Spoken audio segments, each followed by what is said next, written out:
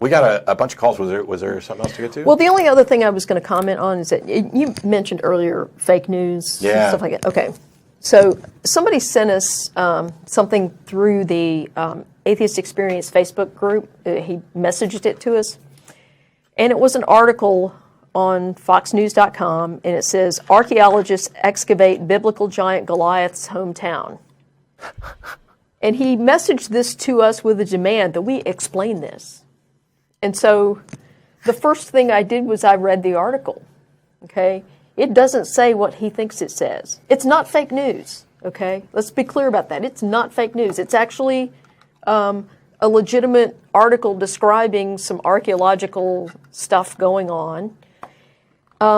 It's just a bad headline. The headline's a little clickbaity. So, you know, this guy read the headline apparently and thought it, they found Goliath. So read further than the headline. Yeah, the short answer is you need to go to primary sources when you see something like this. So read the article, go to the primary sources, find out what they're really talking about. They did not find a giant, much less one named Goliath, in this town. If they did find a giant, I don't know how they'd identify it as Goliath.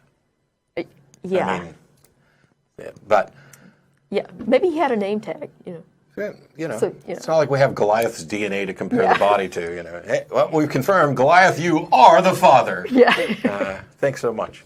It's in the headline rapid-fed environment that we live in. Yeah. At this point, almost anything anybody sends me, even if I'm like, oh, that's awesome, and especially I would think, oh, that's awesome, I dig a little deeper. And one of the things, this started for me when people would send me headlines of something that they thought was new in news, and right there on the date for the article, it's like from 2003. Yeah. And one of the biggest problems, I think, is in how news media reports on science. There's this idea, this kind of anti-intellectualism, anti-science vibe, which I like actually using that term there for that. Yeah. Science just isn't interesting, and so we've got to sexy it up. And so let's come up with this headline of, we're excavating this here. I realize that may in fact be the case, that there may be enough people who find the findings of science just boring. Just give me my new phone and shut up about science. Find a cure for my disease and shut up about science.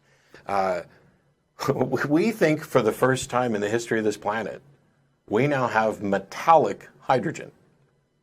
This week, this device, they've got 2 diamonds and they pressurized it, and you can just go search for metallic hydrogen because scientific researchers are convinced that this is what they've just discovered, or I guess it's both a discovery and the invention was the process to get to it. Yeah. We don't know what the implications of it are, but holy crap, it's cool. Something that it wouldn't even have occurred to me. I mean, when I look at the periodic table, and I'm a moron with regard to scientific stuff when it comes to the periodic table or whatever, and I'll revert that language in my mind. I don't know enough about this sort of thing. But when I view the periodic table, it's like, these are the metals and these are this. And now all of a sudden, what does this mean? Does this mean that hydrogen has to move? Yeah. I don't know. Yeah, what do we do with it now? So the headlines that kind of sexy up science, I really hope they go away and we start convincing people that science is pretty sexy on its own. Well, and the interesting thing about this article is that if you read past the headline, the article itself is fairly boring. They found some pottery and some, what looks like a temple with the 2 pillars, because the Bible describes the 2 pillars that got broke. It's like, no temple ever had 2 pillars, It's a miracle. Maybe when they wrote that part of the Bible, they knew about the 2 pillars, do you think? It was maybe a common architectural thing at that time? I don't know. I'm thinking people knew about pillars. The cool thing is that somebody finds finding pottery exciting. It is. And that's cool. Yeah. I don't. If I'm excited about finding pottery, it's usually like at an antique shop, and it was like just the thing that we were looking for this spot in the house.